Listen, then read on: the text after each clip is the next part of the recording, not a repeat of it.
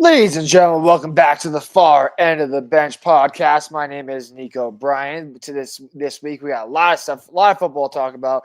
The Broncos aren't in the playoffs anymore. Yep, sad day. I know it's tough over here. We're cheering from afar, some different teams that neither Jim and I care about. So that kind of sucks. And we got a national championship next week to talk about too. That a big matchup between two teams that, frankly, I don't think any of us would have got there. But my center attention this week, let's get into and talk about the coaching cycle, because the number one name, the big name, the name that everybody thinks, what is he going to do? It is primetime Deion Sanders, Coach Prime. Obviously, Coach Prime the last 2 years has been in Colorado. Colorado was, in my opinion, not even my opinion, was one win away from being in the Big 12 championship to have a chance to play in the college football playoff and have a chance to compete in the playoffs for the first time ever. And unfortunately or fortunately for Cowboys fans, his name is the name in Jerry Jones's pocket. He is the name in Jerry Jones' pocket. And as someone that is obviously a CU football fan, go CU, but I'm a CU fan, but it would suck to see Deion go. And frankly, I think this is all smoke and mirrors. Because let's be honest with ourselves. Do we really think that Jerry Jones is going to let Deion do whatever he wants to? Do we really think that? Because Deion Sanders is the alpha wherever he walks into. When he steps foot on Boulder, that is his program. There's zero denying that Colorado football is Deion's program. When he stepped foot on Jackson State, that was his program. And you're telling me that if he goes to Dallas and he's going to head coach over there in Dallas, that Jerry Jones is going to listen to him every single step of the way? I don't believe it. I really don't believe it. I've heard rumblings that Jerry would be, that's the one coach that he would be able to take a step back for and let him have full control of this and everything. I don't believe it. I don't believe it one bit. And then there's a couple other things that I think factor this in so much is Deion said that he loves coaching the youth and be able to bring the college kids up to that level. The Cowboys, if you look at their placement in the draft, they drafted 12th. They're the 12th pick right now. They have zero shot of getting Travis Hunter or Shedeur. There is 0.000% chance unless they trade up for Shedeur or Travis Hunter. And you know what that would mean? Having to trade Dak Prescott, which, by the way, Russell Wilson's $53 million cap hit looks like cheap work compared to what the Cowboys would have to pay for Dak Prescott. $108 million is what the dead cap hit would be if the Cowboys traded Dak Prescott before the middle of June. The draft, obviously, in a couple weeks. If you want to move up in the draft, you're going to have to move Dak Prescott. So are you willing to, if you're the Cowboys, are you willing to tear everything down to try, just try. I don't think it's possible. Just try to move up for Shedeur, get Deion Sanders, do that whole thing. I don't think it's possible. I really don't think it's possible. And I don't even know if Deion wants to deal with the headache of Dallas either. I guess we'll see how things play out. It's weird how the coaching cycle has been going. Vrabel's already basically should have been the head coach last year, and they put Jared Mayo to the side, but he's the head coach in New England now, probably going to do a lot of great things over there, which is unfortunate for us in the AFC fans. But this coaching cycle is very interesting, as long as we say. McCarthy didn't get re-signed after the Bears asked to interview him. Originally, the Cowboys denied it. Then 2 weeks later, they just let him go. It's very, very weird, the coaching cycle that's going on. And that's what makes me happy as a Sean Payton, Kai, and the Broncos. And unfortunately, Jimmy's team should be in this cycle because he could be in the Ben Johnson sweepstakes, but he's not, and he's going to lose out on that. But this coaching cycle is very, very interesting. And we're, like I said, all eyes are on Dallas and all eyes are on Deion and seeing what he does. And like I said, as a Colorado Buffalo fan and a guy that, frankly, doesn't really care about the Cowboys, I hope he stays. That's all. So without further ado, lots of football to talk about this week. Let's jump in the rest of the show. If you don't stay down and you never quit, come on over here and sit on the far end of the bench.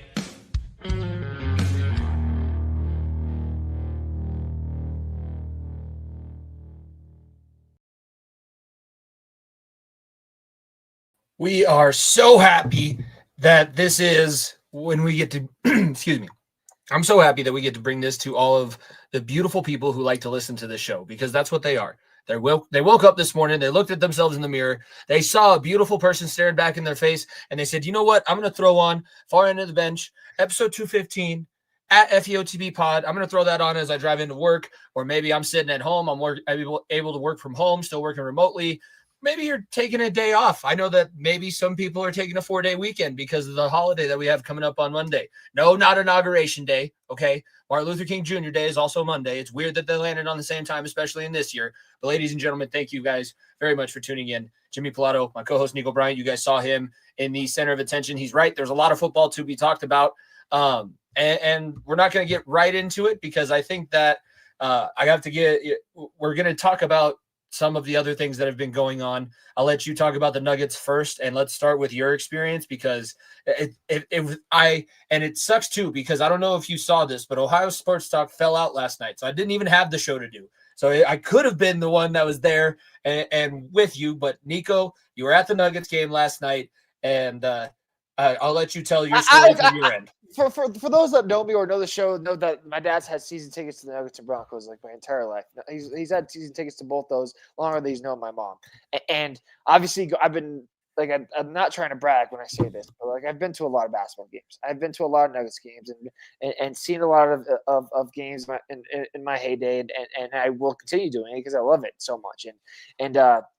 Well, if you've ever been to a live basketball game, they do this during football games, but not as much. More basketball things.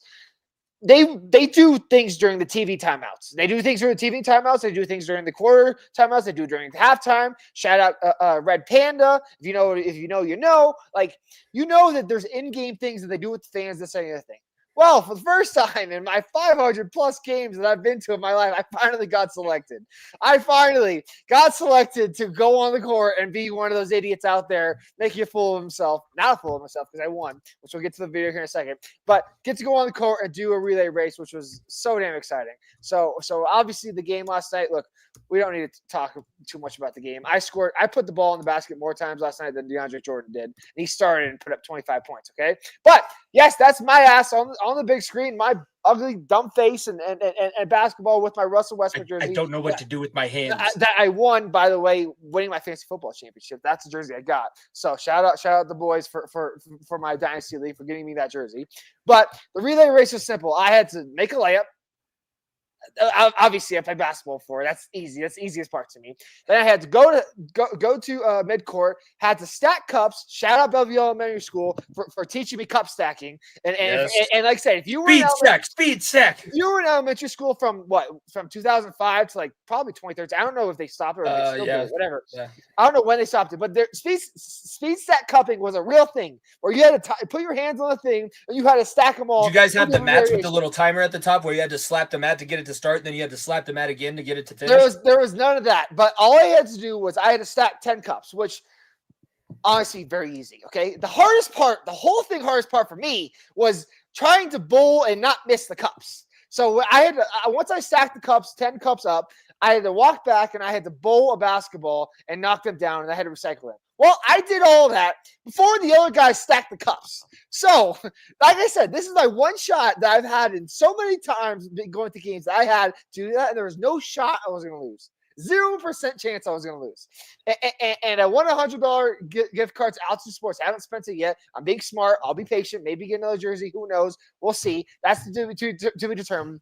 But, man, it was electric. It was electric. I literally got selected right as the opening tip was about to start. The guy came out. She's like, hey, do you want to do this? I'm like, I was there with my mom, and she was like, you want to do this? I'm like, hell yeah, I want to do this. I've said it multiple times. Like, I just want to get picked once. I don't care like what it is, but I just want to get picked once. And I got picked. And like I said, the other dude didn't stand a chance. Did not stand a freaking chance. Did not stand a chance. Because look, what I was like playing it out because I'd seen the competition that they were doing. Once they explained it to me, I was like, oh, I've seen it before. I didn't say that.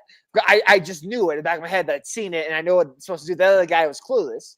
But I was asked the question, okay, do I need to get him a rebound, give the ball back to somebody? No. Just let the ball come through a hoop. Do I need a stack it a certain way? Leave it to the operations guy to ask all the correct questions. It was like, do I need to stack the cups a certain way? He said no, but you just have to stack them all together, 10 cups. And I was like, okay, 10 cups, 4, 3, 2, 1, 10 cups, easy enough. Quick math. Shout out my math elementary school teacher's math. So I did that very easily. Like I said, the hardest part, and my hand was shaking while I was doing the cups. Hand was shaking doing the cups. The hardest part, like I said, was the bowling part because I was at the 3-point line. I had to roll the ball to half court, and I was like, don't miss this because I don't want to go chase the ball. Don't miss this. So I hit it very easily, and I recycled the cups, and one, obviously. So, look, like I said, I've been to so many games. It's the first time I ever got selected, so I was pretty happy.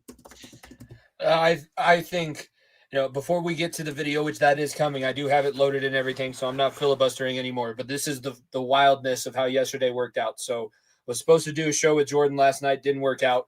That's why I told Niko I could not go to the game. He asked me to go as I was sitting in wrestling practice. I get home.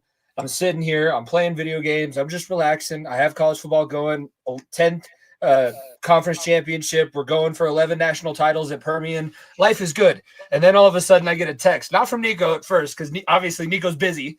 Nico's busy at that I was on the screen. I didn't have my phone busy. for like 15, 30 minutes. Yeah. The picture that you guys saw is from my cousin. And yes, I know how funny that sounds as the Italian guy with a cousin, but I literally had a cousin, and I'm sure he wasn't the only cousin that I had. And he goes, Niko got selected for the Jumbotron, and he did it, and he won. It's like, oh.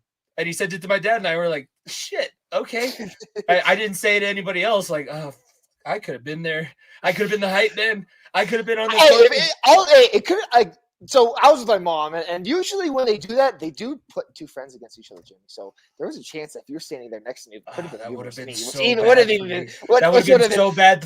It's already bad enough for 500 people. No, for me. For me. The layup is easy. I just said that I'm coming from wrestling practice, so everybody can picture my shot. You could cup stack pretty easy. It's not the shot, it's the layup. Yeah, no, I get it.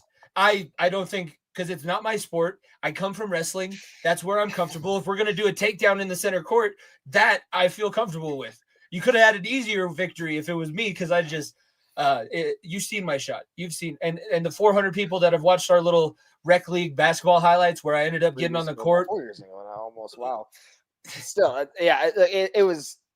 Oh man, I was not sweating the shot. I had a couple air shots, like with the air, just like a normal, like I just do at home when I was little. Just have a basketball hands, just shoot it. That's how I would do, without a hoop. And because like I said, I hit arms on Tuesday, which didn't help me. Luckily Wednesday was an off day, but I hit arms on Tuesday, and I was like, okay, the last thing I should do is short arm this and look like a fucking fool. But I didn't lay it up like a normal basketball person would. Like I said, the light shined, and I was there. I was ready. The guy gave you love. He's like, oh, and a little roll. He rolled that off the glass. There we go. Like I said, I'm a hooper. I'm a hooper. People sleep on my hooping skills. I'm a hooper. Were you able, I don't know how did your competition mind set in? Did you hear anything else that was going on, or were you solely? The only time I looked over was when I knocked him over, and I looked at he was still struggling to sack the cups. And at that point, I knew I won. Somebody needs to watch more Pitch Perfect. I literally was so zoned in. I was like, just make the basket, sack the cups. Like I said, my hands were shaking. But when I knew that he told me there was 10 cups, I knew I had it in the bag. Because the other guy didn't even think about it. He was like having a conversation. Oh, this is so much fun. I love it. And look, shout out Abraham. Don't know who you are, but we met weirdly for the first time ever and got selected to go against each other. And like I said, once I saw 10 cups, I was like, okay, how many down the bottom? Next, all the way up the pyramid. Just don't fuck the bowl up. That's all. I'm not a good bowler. I never claimed to be a good bowler, but I hit the cups down good enough. And by the time I hit the cups down, the dude was still stacking the cups. And the funny joke in it all too, and I don't know if they got that in the video part, but the announcer, whatever, was like, Niko, you've won $100 gift card to Alpha Sports, and Abraham, I'm going to teach you how to stack cups. Literally. And I was like, that's tough. That's tough. So, yeah. Look, you can't get roasted by the arena host. Like I said, that was my one shot. I don't know how many. I don't know if I'll ever get another shot to do that. It's such a rare thing to get picked out of the audience, and 15,000 people there nightly that the one hype squad looked at me, dude. That it was like, you want to do this? I'm like, yeah, I want to do it. I'm not going to say no to that. You kidding me? Look, it was the first chance I ever got to do that. I don't know if it'll be my last. Who knows? But I was like so excited. I was like, heck yeah, I don't care if I fuck up. I had Vans on. The other dude had some Jordans on, dripped out. And I was like, oh God, I'm going to look like a fool if I slip here. But didn't slip, and it was very, very easy. So it was fun. I was, like I said, first time ever happened to me. Been to 150, 500 some odd games, and it finally happened to me. Well, everybody, if you're watching on YouTube, if you're not watching on YouTube, go to the YouTube channel, subscribe, like the video, comment on Niko's forum. I bet you we get some people that comment in that way. Comment on the forum that you see, the cup stacking, the bowling. This is Niko at the Nuggets game last night, the Ball Arena Challenge. Oh, we got a little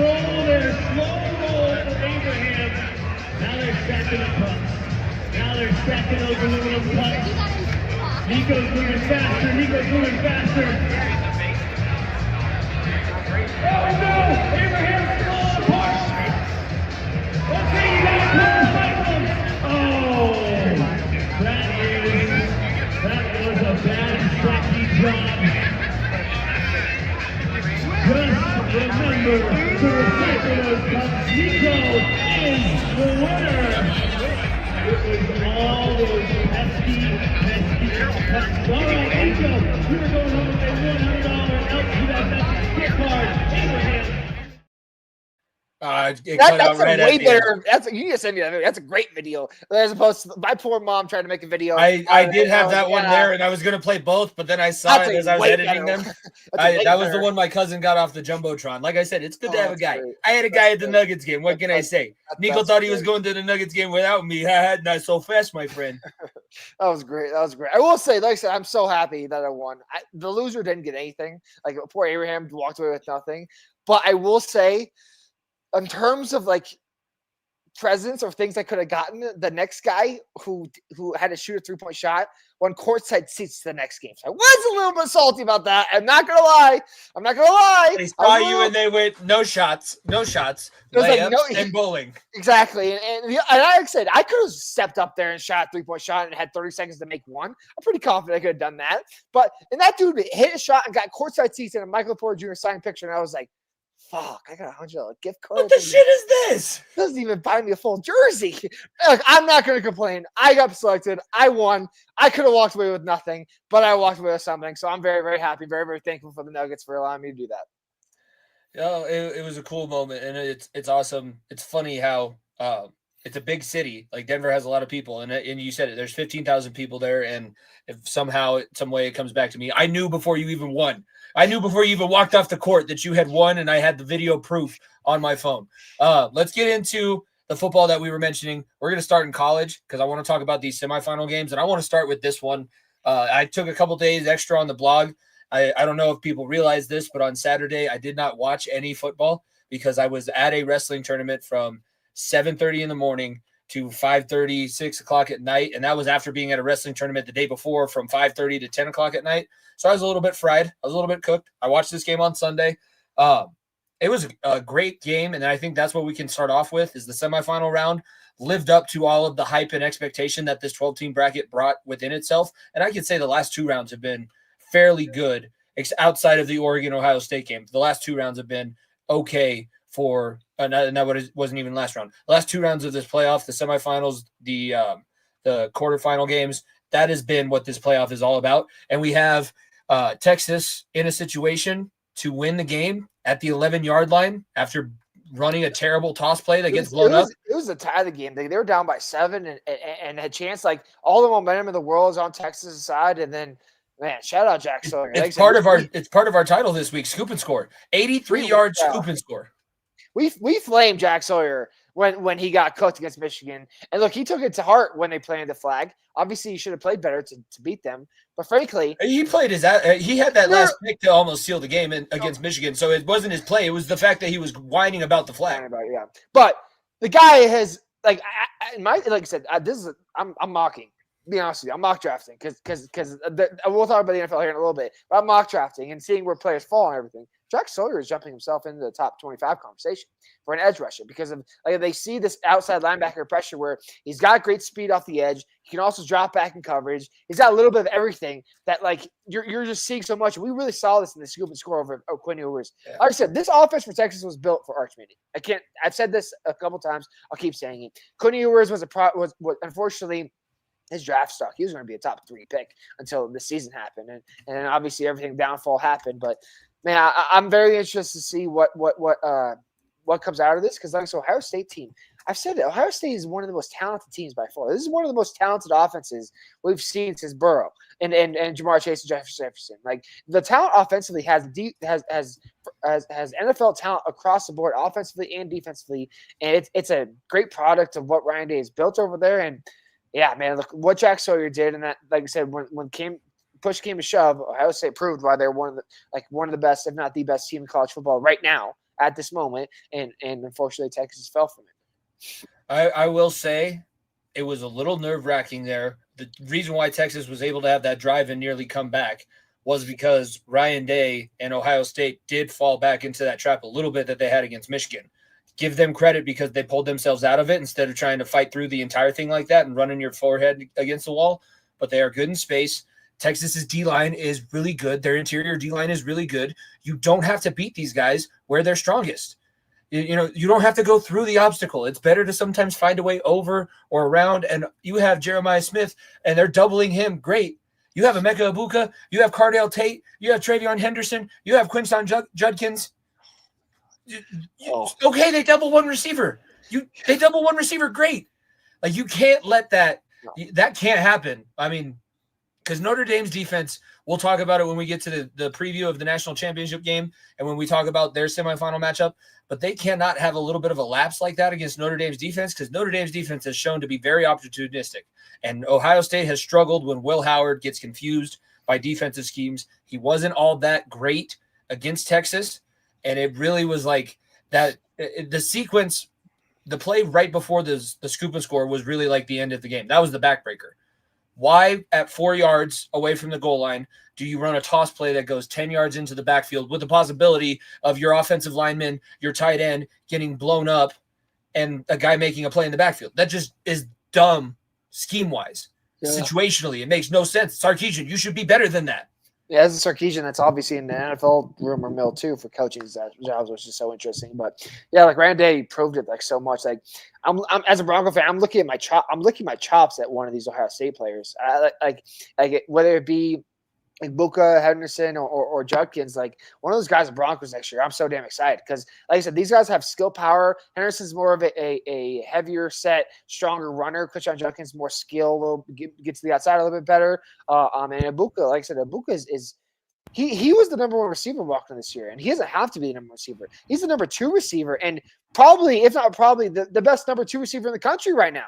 It's the closest thing to Jamar Chase and Justin Jefferson on the same team. It is like he fits that scheme so perfectly. What Will Howard has to do is like literally turn the ball around, hand it off, or get Egbuka, get Jeremiah Smith in space and let them shine. And like I said, they're doing so many great things offensively that frankly Will Howard doesn't have to do a lot. And that's, like I said, that we talked about this playoff like, oh, the best quarterback, the highest quarterback's going to probably take this team the furthest.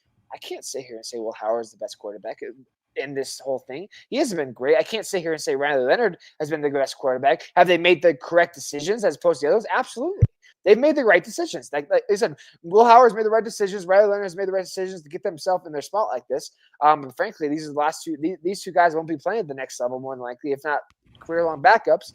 And it's really, really cool to see like a scheme fit. Like we talk about best player in college football and this, that, the other thing. Like you look at the best players in college football. Travis Hunter's not here. Ashton Jeanty's not here. Carson Beck's not here. Dylan Gabriel's not here. Go down the list of all the Heisman. It is the best team that got this far, the strongest teams. And Ohio State is the strongest team, and Notre Dame is a very strong team. And unfortunately, like for Texas, they had some really good talent, not the strongest team. It did seem like they just ran out of steam. Like they had given everything they had in the last two rounds to make it here, and they just weren't able to stand up to it. Quinn Ewers, it's going to be a tale of his college football career, but there's a lot of hype, and the substance is good sometimes, but the substance can also be really bad. He sometimes leaves balls that float, and if you float something in the NFL level, that's a quick way to not have a job. I think of Jake Fromm. Jake Fromm had a nice playoff run and did some very similar things to Quinn Ewers, and he was a career backup before he even got booted. I think he's probably playing in the UFL coming up in the spring. I don't know what Ewers' future holds. It'll be interesting to see what Texas's future holds because now there is no controversy. It is Arch's team. Yeah. Texas is powered by McDonald's right now. Ewers has another year on his eligibility. McConaughey. They are kicking him out the door. They're saying, "Get the fuck out of here!" Like, McConaughey took him out back like Old Yeller. It's like you can either go to the NFL or you can go transfer somewhere else. And I think that they're literally saying it's Arch's time.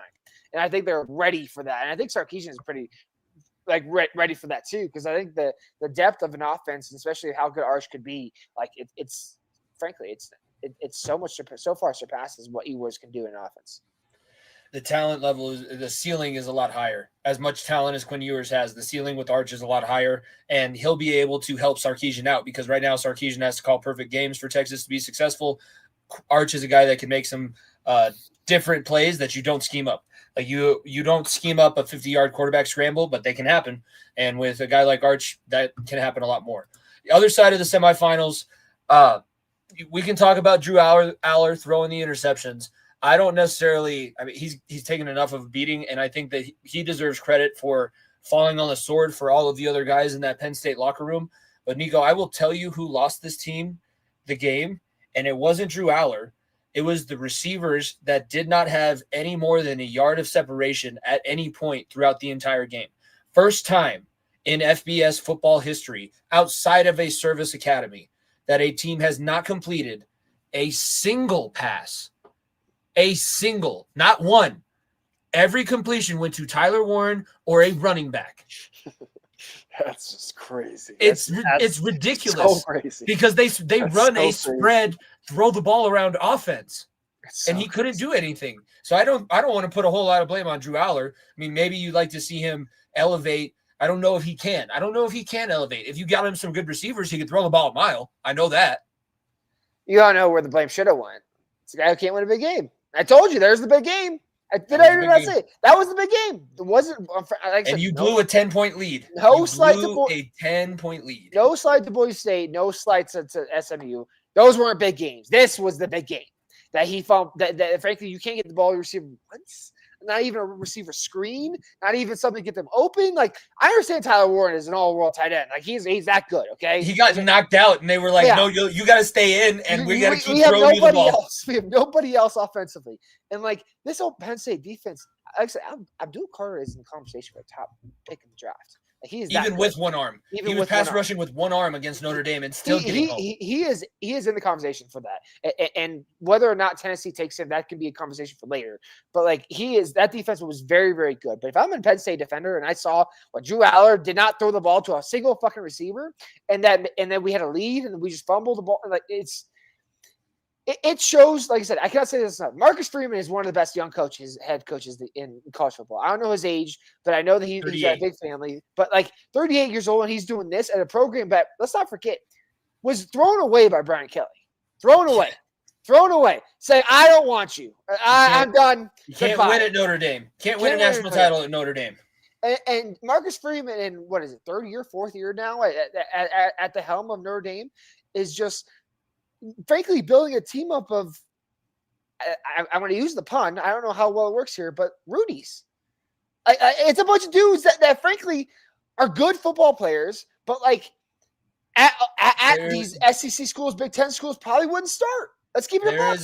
There is a mentality. Jeremiah Love is a great talented running back, but like there's a handful of these defenders that I'm like, these dudes are just playing with grit and heart and strength that Marcus Freeman isn't stealing in this Notre Dame team. That like.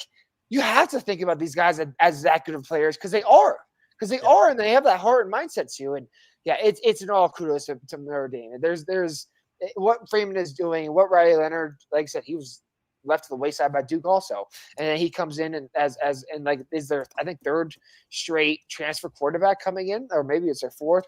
Last year was Hartman. He would be the third. Yeah, last year was Hartman. I can't remember who it was 2 years ago, but he walks right in and leads his team to a national championship. It's something to behold. It is something to behold. And as a guy that has, frankly, I didn't really watch a whole lot of college football before Tim Tebow. Let's keep it up with you. Before Tim Tebow, like the only Notre Dame success I've ever realized in my lifetime was Manti Te'o, and they got shellacked by Bama. It wasn't even a game. That wasn't even. That was such a different situation because I've heard Manti Te'o talk about that. He's like, they had the one tunnel, and as soon as Alabama – that was when Alabama had DJ Fluker. We met DJ Fluker, who is 6'9" and wears a size 22.5 shoe. Like, holy shit. They turned the corner in Notre Dame. He's like, we were all hyped up. We were all yelling. And turned the corner. All of a sudden, it's really quiet. It's really quiet. And I'm at the front of the pack, and I turn around, and everybody's eyes are like – and I was like, oh. It was a fun season. It's gonna be a long day. And now you look at this Notre Dame team now, and I'm like, yes, Ohio. They are the underdog. There's zero denying that. I don't know what the spread is, but I would assume it's probably 5.5 or more. But Notre Dame is by far the underdog. They have the little engine that could, as opposed to the big bad Ohio State. Freeman is like I said, done such a good job of making them think they're underdogs. Like I said, they had to win out. Let's not forget about that. They after they lost to Northern Illinois, what was it, week 2, week 3, whenever that was, they had to win out. They lost one of the games throughout the regular season. They're not in the playoff, right? We have this. They're not in the playoff. Marcus Freeman runs the table with this team. Jeremiah Love runs it down their throat. Riley Leonard plays really smart, solid football, and Notre Dame is standing where, let's not forget, not a single conference champion is standing here. Yep. Like we talked about conference championships. Notre Dame is standing in a spot where not a single conference champion is. Ohio State didn't win. They weren't even playing a conference championship, right? The only team that was all the number, or I think Texas was the only. Texas was the only team that or they weren't even a home Texas game. It was Texas and Penn State were the only teams that were left that played in a conference championship. And they didn't win it. Yeah, like I said, this conversation about conference championships. I hate to be the bearer of bad news, but we could be leaning to a situation where who the fuck cares? It probably shouldn't. It's going to matter. It's going to matter because they'll keep the conferences, but they're going to go to more of an NFL style formatting for the playoffs, where you get the top 2 get a bye, and out of a 14-team thing. I was listening. The NFL doesn't even have that either, because all the top season in the NFL are all the division winners, and everyone has to go on the road if you're not. So that the NFL doesn't even have that either yet. So like it's a very interesting thing. But Notre Dame is proving that maybe having that last game where you try so hard to get a bye hurts you. Right? They have, like I said, they had that break between their last game of the season and their first bowl game where they went into Indiana and just shellacked them. Where like it was a rifle time to get mentally prepared, slow down, get ready, and just ready for the next postseason run. And I'm very, very excited to see a new team in the mix. Like I said, Notre Dame it's a new. I know it's not new in terms of the history of college football. I'm sorry, I'm not fucking 80 years old, but like newer in terms of the last couple of years. That seems like a shot at Lou Holtz. I'm just saying, okay. Are you on Ryan Day's side here? Please tell me you're not. Please tell me, good God, you're not on Ryan Day's side. I'm not on Ryan Day's side, but it's so funny that all that comes back from last year and all those Pat McAfee things where he came out and the fake Lou Holtz talked shit about Ryan Day. Ryan Day thought the real Lou Holtz was talking shit about him. But actually, the fake Lou Holtz that was doing it. Oh, it's so good. It's so funny. It's so funny to me. No, I think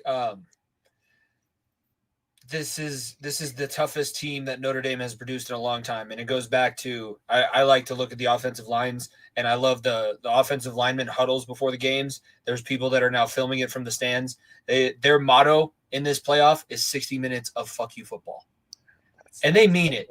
Yeah. They mean it, because the last quarter of that game, Penn State was a much bigger team, even against Notre Dame. They were much bigger up front, but they were just tired of dealing with these guys in their face. And then you see it on that touchdown run. Jeremiah Love breaks 11 tackles on the play. Niko, they play with 11 defensive players on the field, and he broke 11 tackles within 2 yards. So good. He's so good.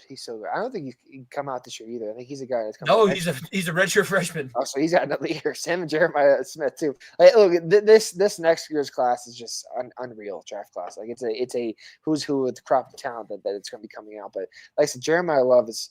He really has put this team on their back. And like I said, if you're Marcus Freeman, like when you have a workhorse running back that will just put his head down and just run people over, and like I said, run FU football type of thing, like it makes your offense so much easier. It makes Riley Leonard's life so much easier. It makes your defense get their fresh breath of air on the sideline when they're tired in between series, where they don't have to feel like they have to be out there every second. Like the Notre Dame team is one of the most, if not the most complete team in football, and it's so much fun to watch. That will bring us to our national championship preview. Notre Dame Fighting Irish against the Ohio State Buckeyes. Notre Dame is an 8-point underdog to the Ohio State Buckeyes. This game is being played in Houston. Oh, no, it's being played in Atlanta. So they're going back to the Peach Bowl, where the Peach Bowl was taking place. It's presented by AT&T. I'll get all that out of the way. Over-under is 45.5. If I'm looking at this, if I'm looking at anything, if you think Ohio State's going to win, I don't know. I guess I'll ask you, if you think Ohio State's going to win, how comfortable are you in it in the 8 points? Or is that too much for this matchup with what Notre Dame is? No, the 8 points way too much. That's way too much. Like I don't see a situation where we see Ohio State versus Oregon 2.0. I really don't. Like I don't see that scenario happening where they just dominate the line of football and Notre Dame can't do anything offensively. Like I do think that Ohio State has the big boys in front that could compete with Notre Dame offensive line, defensive line that that could test the time of going every single down against these big boys. But at the same time, like I just think that Ohio State's talent is just like at some points the talent is sometimes too much overcome. And like I said, I said a lot of nice things about Notre Dame and how well they're constructed. Jeremiah Love, Riley Leonard and company. There is NFL talent all across the board when it comes to Ohio State. Like we haven't even mentioned Caleb Downs on the show and how he could be one of the best safeties. That was the guy who caused the blow up on the toss play. Exactly. Like there we could go down a list of just so many Ohio State talented players that are going to be first round picks in the league. And if I've learned anything in my life of watching college football is that when Nick Saban has NFL talent on the field in a national championship, what's going to happen? More than likely, they're going to win. Firsthand. We watched Charlie punt twice in a national championship game. Exactly. Unfortunately, that's just the way things go this way. Like the best team can get to there, but at some point, like the lakes feed the wolf, and if you have a team that is just that is full of wolves that are, frankly, the best players at their position, like. It's going to be too much to handle. Like I think 8.5 is too much. I will say that. But I do think that this won't come down to a game-winning field goal. I do think Ohio State wins by like 4. And Notre Dame gets a last-second field goal to try to announce that kick or whatever it may happen. But like I just have so much faith in this Ohio State team, and this is an Ohio State team that I just still think that it has. I'm sorry I keep comparing it to the LSU team. But like I really see all those comparisons offensively. Obviously, Will Howard is nowhere near Joe Burrow. That comparison is out the window. But I look at this running back room; it's better than that LSU running back room, by far and away. And you look at the receiver room; we'll see what Ibuka and what Jeremiah Smith do at the next level. But at this point of their careers, it's similar to what Justin Jefferson and Jamar Chase did. It's very similar to what they did in college. So it's just a game of like, can Notre Dame keep this offense off the field? And can they continue to score points against this defense in Ohio State that, like I said, it's one of the best, if not the best, in college football. And like I said, I've said that about Penn State's team, and Notre Dame was able to move the ball. But at the same time, Ohio State's team has more NFL talent, I think. Just from my perspective is what I see. I tend to agree with you. I don't want to call an upset because every single upset that I've tried to call in this playoff bracket hasn't come true. So I'm not going to sit here and call an upset. But thinking about it, I mean, Notre Dame has the perfect film to watch. And I know they hate the team that they would have to watch in order to play that film. But you got to do what Michigan did. You have to somehow coax. Jimmy, Michigan is sending Notre Dame this tape. Like I'm sure they are. It's not I'm sure Sharon Moore. Sharon Moore is probably on the phone with Marcus Freeman, and he's probably like, "Hey, you want me to come out to practice? Do you want me to come out to practice and give you guys the same speech that I gave my guys going into Ohio State?" Because they got to do the exact same thing. You have to make this a dirty fight. You got to be Rocky in Rocky 5 when he's fighting Tommy out in the back. Like you can't. If you fight him in the ring, you will not win. That's just you're past your prime. You're too old. You're beat up. Jeremiah Love's running on one knee. I don't know if you saw that. He had a rule in the last game, not going to hurdle anybody. He hurdled like 5 different people within the 4 or 5 carries that he got. But that's what you got to do. If I'm Notre Dame, I'm trying to take this thing into the back alley, and hopefully Ryan Day tries to grab his nuts, because that's where he gets into a big issue, is when he tries to play tough football with the team that he has. You have not assembled a team that wins fights in back alleys. You have assembled a team that will run circles around you. So if Ohio State doesn't get tricked into this back and forth slugfest, I'm not going to say that they're going to blow them out, but I could see maybe a 10-point game. Yeah. But I'm not going to sit here and say that Notre Dame, there's not a clear path. You're also going to have to take advantage of a lot of turnovers. Like that's what Michigan did. They took advantage of 2 turnovers. Their only touchdown came from an interception they got within their own 25 that was returned to the 7. That's as far as their offense could go against this Ohio State defense. Yeah, you're 100% correct. And like I said, my last question I think on this that I want to pose to you is like, Has Ryan Day coached himself to another year, even if they lose this game? Even if they lose this game, I think he's there another year. I think that he'll get one more chance. He'll get one more chance if he loses in that Michigan game, and if it continues, then that will be the icing on the cake, and he'll be done. Whether they're going to the playoff or not, they'll elevate somebody to be an interim guy if they're going to the playoff. But I think with what they've done, and I think the way that they won against Texas too, because they were very close. I mean, that was impressive, but we've seen them win games like that. Yeah. We haven't necessarily seen them under Ryan Day win a game where another team was ready to punch them back in the mouth. Normally they take that first swing back and they're like, oh, that hurt. I wasn't expecting you to fight back. You're going to fight back? Why? And that was not what we saw from this team. So if they continue like that, we don't see that against Notre Dame. I think that Ryan Day has earned himself at least another season, and it'll all come down to next year's Michigan. We called it before the playoffs started. Like Ryan Day is coaching for his job.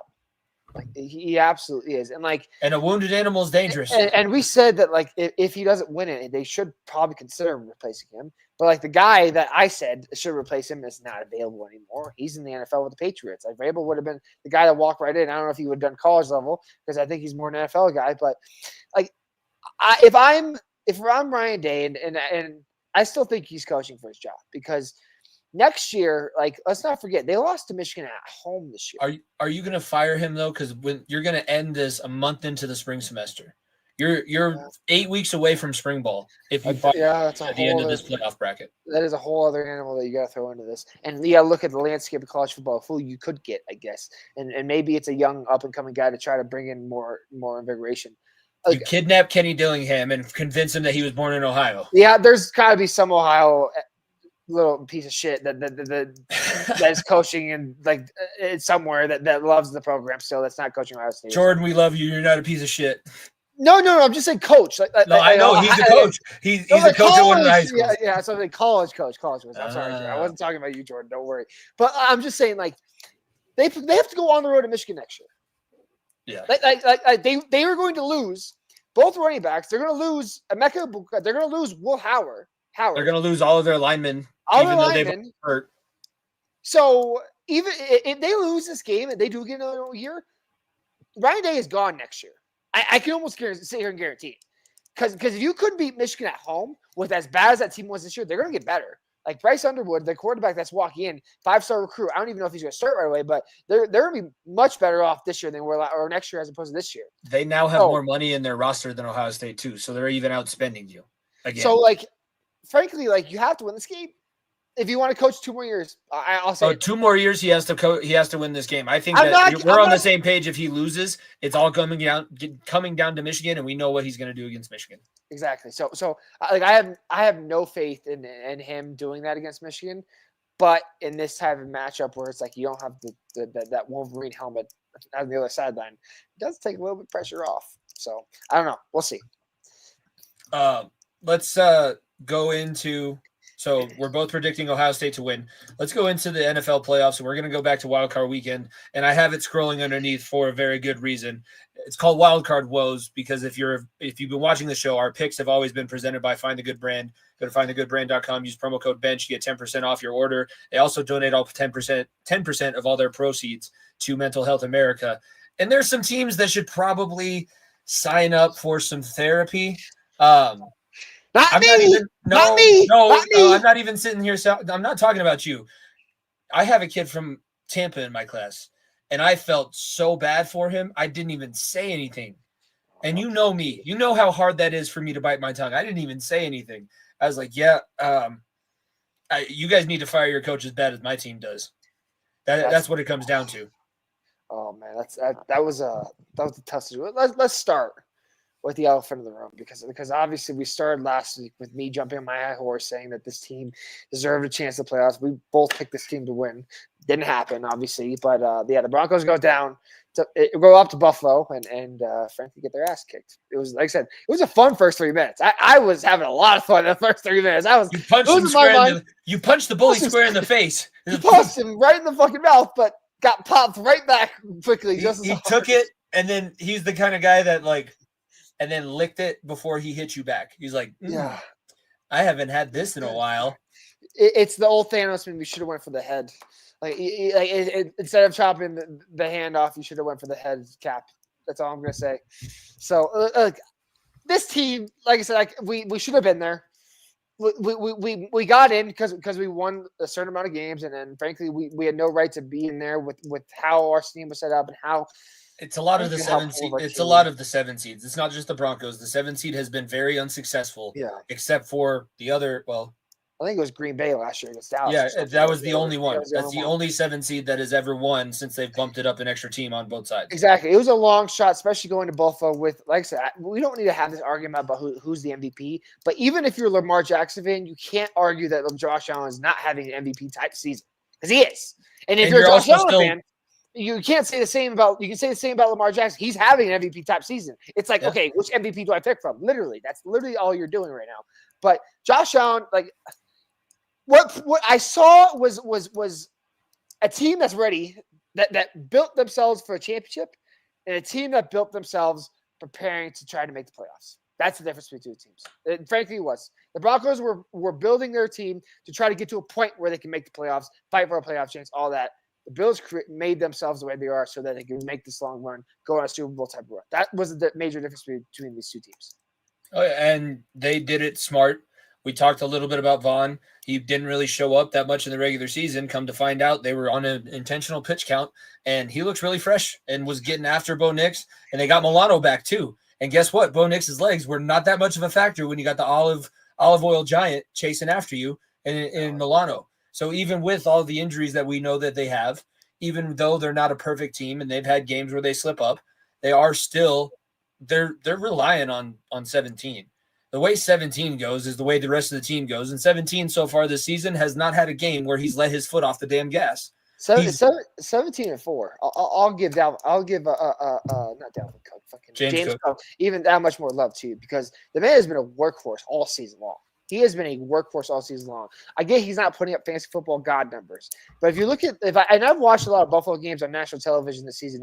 I go back to that Snow Bowl game where he just got untouched, tackled 90 yards, 80-yard runs, run after run after run.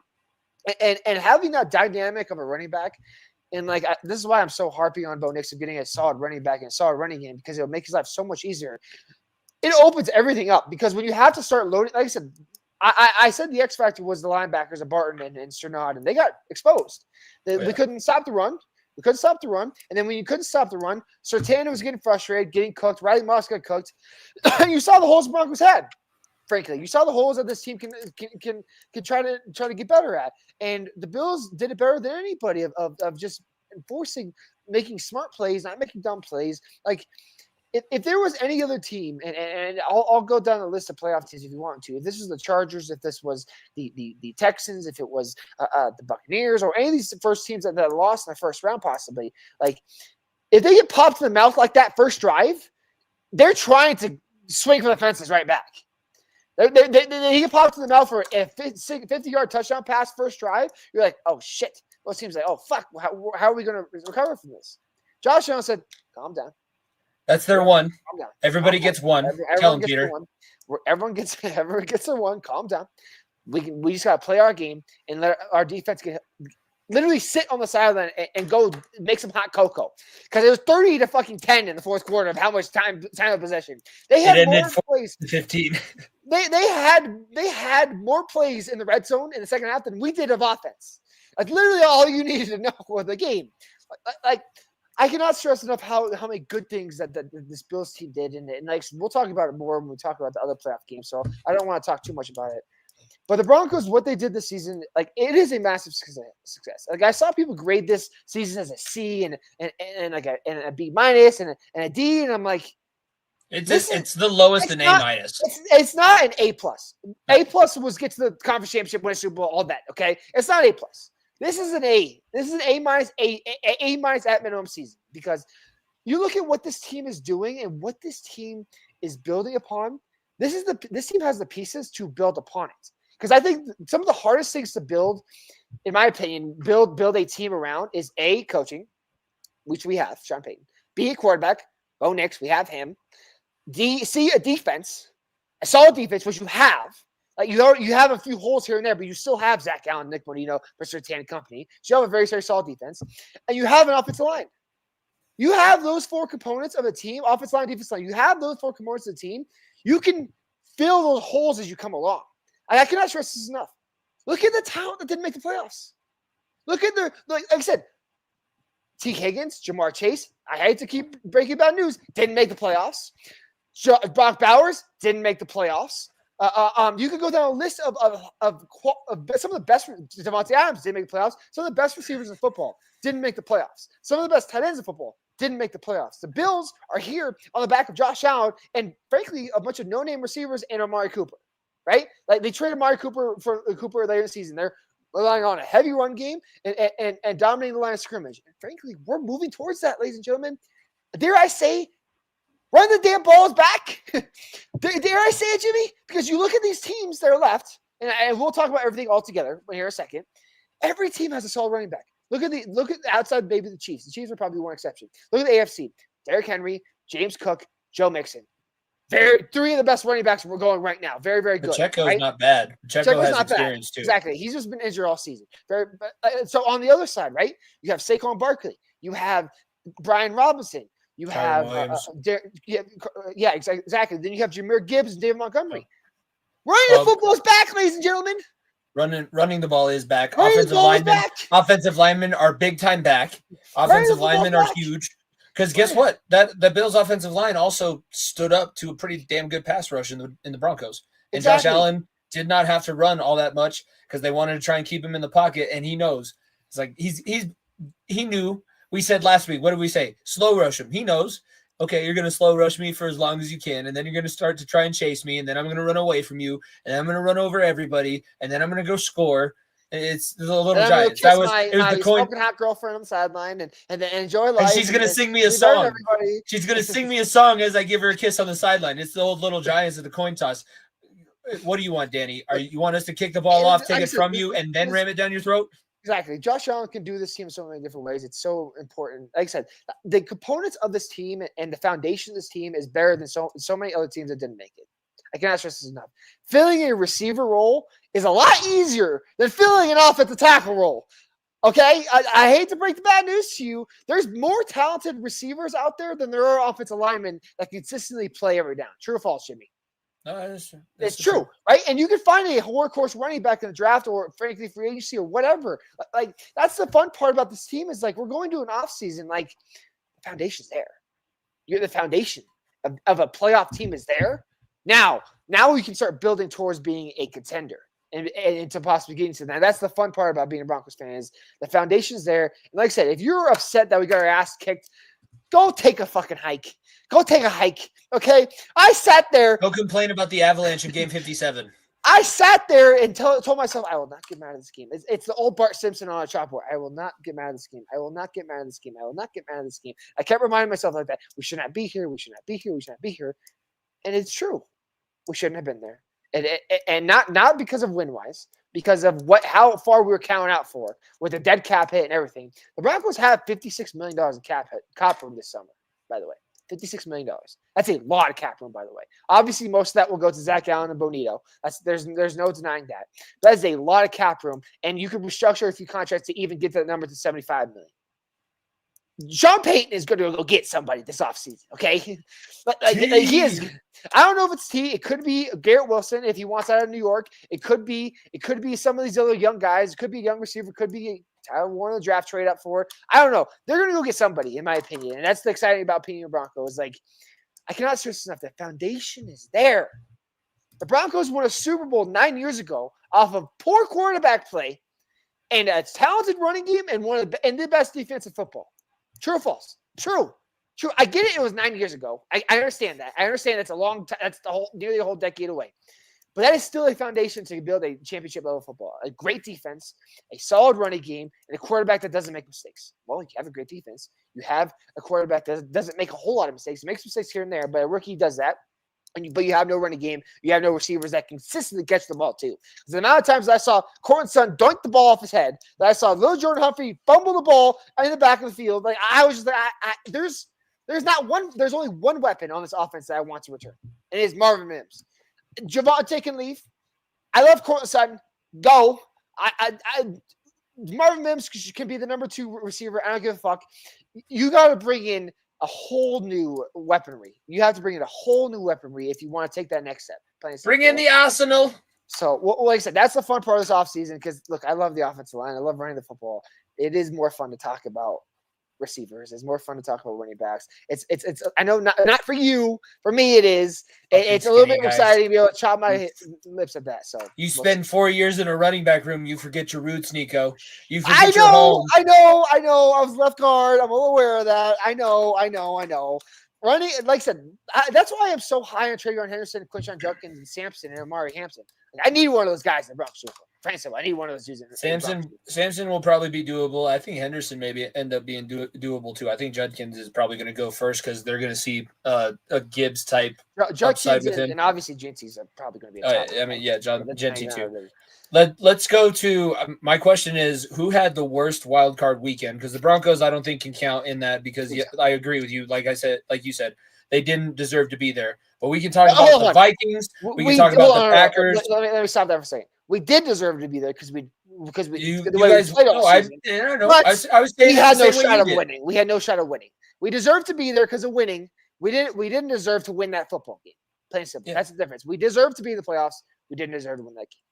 Right. I was saying it the same way you did. I'm not one of those Bengals fans. You know that I'm not. I wrote a whole thing about it. I got my ass reamed on that YouTube video too. The fan base turned their back on me just as much as I turned my back on them. But let's talk about the teams that I think had the worst of the wild card weekend. We'll decide which one had the worst before we move on and get to our picks for this game.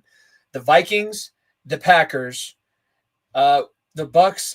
They choked that game, but I don't know if they fall in the same category. And then also the Steelers and the Chargers. So there's 4 teams between Saturday and Sunday that I think you can look at and say, good God, what was the season even for?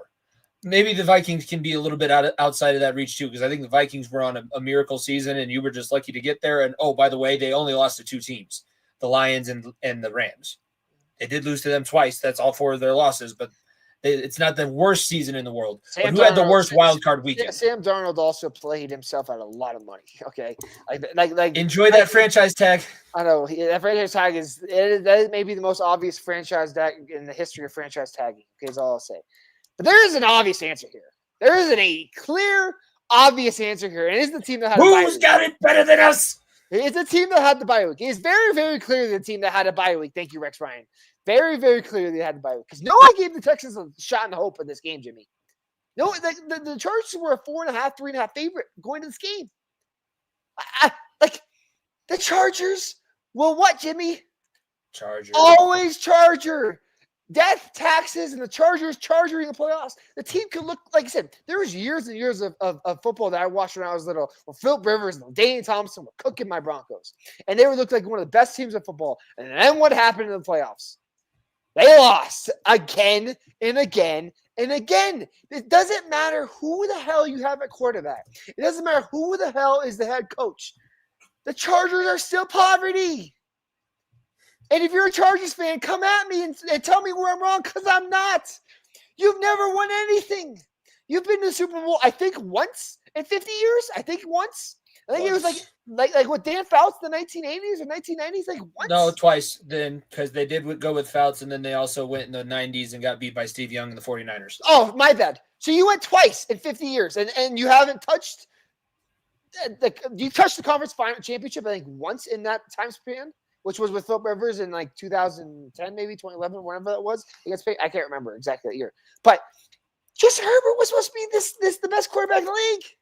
I could from a Broncos fan perspective, I know the Chargers are going to do this. Okay, and I told you this is like, I'll let you have your spiel about Justin Herbert here in a second.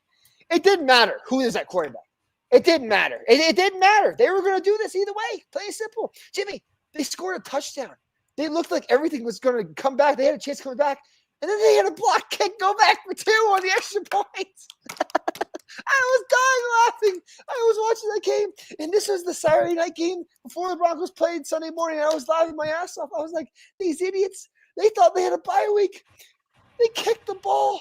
And it got blocked and got returned for 2 points on the fucking playoffs.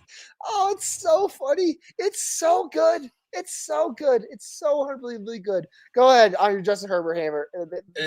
Justin Herbert sucks and will always be a choker until proven otherwise now. I mean, until he plays for another football team. I'll put that until he probably changes uniforms. But the blown lead against Jacksonville and this game put together, he was so bad. He was so god awful. And Jim Harbaugh got his ass out coached. DeMeco Ryans is a damn good coach. And that defense for the Texans stepped up. Their running game bailed them out in the end of the game when they needed to. But, I mean, that's the best CJ Stroud has looked since last year's wildcard round.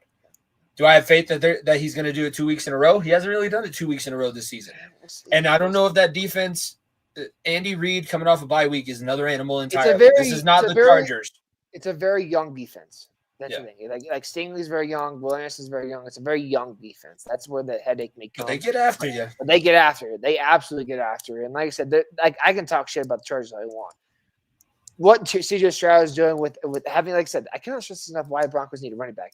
Literally handing the ball to Joe Mixon in space makes his life so much easier. CJ Stroud so much easier. Like, let's not forget, this is an offense without Stephon Diggs, without Tank Dell. Like, Joe Mixon was injured for most of the year. Nico Collins had his injury woes as well. And they got hot at the right time and, frankly, just put it on a team that, let's not forget, overlooked them. Yeah. Overlooked them. They 100% overlooked them because the Chargers were already planning their trip to Kansas City. I would not be surprised if the traveling department in Los. Okay, I'll be careful with what I say here. For the Chargers, already booked flights to Kansas City, and we're preparing for that because it's they show no heart. They show no heart, and I look at these other teams, the wild card. It's obviously the Chargers that were the biggest blows. But the Packers showed a lot of lack of heart, too. The Eagles were a better team. They were a better team. But everybody besides the center that got hurt, I don't want to speak on anybody illy, but that was the only situation, the only play that I looked at and went, ooh, yeah, I probably wouldn't come back in the game. Everybody else, it was like, my hamstring's a little tight. I can go book my trip to Mexico. That's fine. Yeah. Look, the Eagles are a good football team. Saquon Barkley, like I said, he was an MVP front runner at one point this season. Let's not forget, like 2,000 yards rushing, almost had the record if he played the last week of the year. But he played damn good. I'm not going to sit here and keep beating a dead horse for the Pittsburgh Steelers. Tell me when I'm wrong on the show, Jimmy. Did I or did I not say this team wouldn't score more than 16 points? You said, yeah. I did. They were going to make it past 15. 14 points. Right on the fucking dot. Look, I'm glad they got those last couple. Look, 5 straight losses for Mike Tomlin in the first round of playoffs. Not 1, not 2, not 3, not 4. 5 straight losses. Last win was with Ben Roethlisberger. Yeah, and Marquise Pouncey. Marquise Pouncey. That's literally the last time they won a. And look at the opponents they faced. Right, Ravens I think twice. They lost to the Browns at home in the playoffs 3 years ago. They've lost to. I don't know if they played you guys in the playoffs. I don't know off the top. They didn't make it to us. They didn't make the playoffs that year.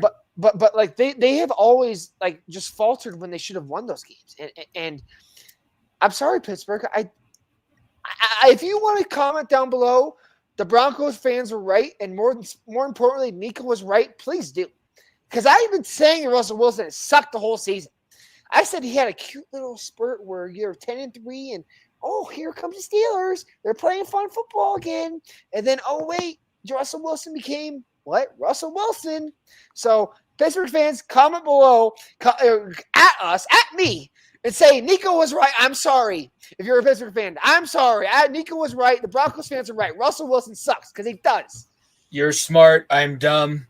You're handsome. I'm not all that attractive. That's what you guys need to put down. I cannot stress this up. This was nothing against Russell Wilson's character because I think that he has some good character off the field things that he does, but he is a bad football player in the year 2025. He is plain and simple. And Steelers fans after they beat us week 2 and they're like, we're coming at you. Broncos are down 0-2. And look at us with Justin Fields, Russell Wilson. We're gonna win the Super Bowl. And then what happened? 5 first-round exits in a row. Not 1, not 2, not 3, not 4, 5. So look, I can't sit here and say that the Buccaneers loss was that bad because I think look, we'll talk about the Commanders here in a second, but I do think the Commanders are a good football team, probably one of the better wild card teams this weekend. Like in terms of wild card teams, when I say the teams that didn't host the games, but like I unfortunately, Jaden Daniels is dangerous within a 1-score game. Absolutely. That's what we've learned for a fact after his rookie year. 1-score games with Jaden Daniels. He has no emotions. He's very similar to Joe Burrow in that way, and it's weird that they ended up going through the same school for their graduate, but they've said it a lot of times. If Joe Burrow wasn't that good at football, he would probably be a Dexter because he does not have a pulse, and his pulse never changes whether he's in a high-stress or low-stress situations. Jaden Daniels looks like it's the exact same thing. Same thing with Dan Quinn. Like, the turnaround for this Commanders team cannot be stressed enough. Like, look at what Terry McLaurin is doing for Jaden Daniels. Yeah. Look what Zach Ertz. Look what Zach Ertz is doing with Taylor McLaurin. Look what Zach Ertz. Look what Brian Robinson. You go on a list of names of what this Commanders team has is like, yeah, this is a team that set themselves apart. It's crazy what new ownership does. But the last thing I want to touch about this wildcard woes, I think we need to give Matthew Stafford his love. I think we need to give him his flowers. This man in the Rams too. This man in the month of December and January is one of the best quarterbacks in football every single year. And like, look, I want to give a quick shout out because they played this game in Arizona. And thank you to all the firefighters out there that are fighting this fight in California and continue fighting this, and to all the homes that were burned down. And like I said, we feel for you. We're praying for you. I hope that you're able to overcome this. But with everything that team had gone through, they had to send their families, they had to send their dogs, and everyone with them to Arizona where they played this game. And thank you, the Cardinals, for setting this up for them. Everything that the Rams went through this past week, that team is as good as anybody. Like I cannot stress this enough. Like they're going to face like this next round. They're going to face an opponent that they haven't really faced that good of an opponent before. But this Rams team, Puka Nacua and Cooper Kupp are two of the best receivers in football still when healthy. Still are. Absolutely still are. And we are seeing what Stafford slinging the rock looks like. Stafford, when he slings that rock, man, it is like prime Aaron Rodgers days of like him being able to spin that ball so beautifully and right on dot. The way he uses Cooper Kupp and Puka Nacua in this offense, and the way they use Kyren Williams and everyone, just makes you think like, damn, like they really knows what he's doing over there. Like shit, he's smarter than I am, because I said that he was going to suck because he sat all of his starters in the last week, and no, he doesn't suck. No, their defensive line will travel throughout this playoffs and make every single offense that they face in life a living Aaron hell. Donald. Life after Aaron Donald is just fine because Jared Verse, which is more than likely going to be the rookie defensive player of the year, is just a menace on the edge. A menace. He's a killer. Absolute He's an menace. absolute killer. Yeah. I mean, they deserve a lot of credit. They had a huge win. As much as the Vikings, it was a disappointing loss for them. And thank God. Yes, that's some cosmic karma coming back my way. Booyah, baby. I didn't make the playoffs, but I don't give a shit. The Vikings aren't going to make it to the Super Bowl this year. I didn't have that much faith. Did we really think that Sam Darnold would lead this team this far? No. Well, I thought maybe a Case Keenum run. But it didn't even get that far. Yeah. Look, I cannot stress this enough. Kevin O'Connell's coach of the year. I still love him. He has done such a great job with the team, and like I'm excited to see what this team does next year. Because even if you don't franchise tag Sam Darnold, he goes to get paid next year.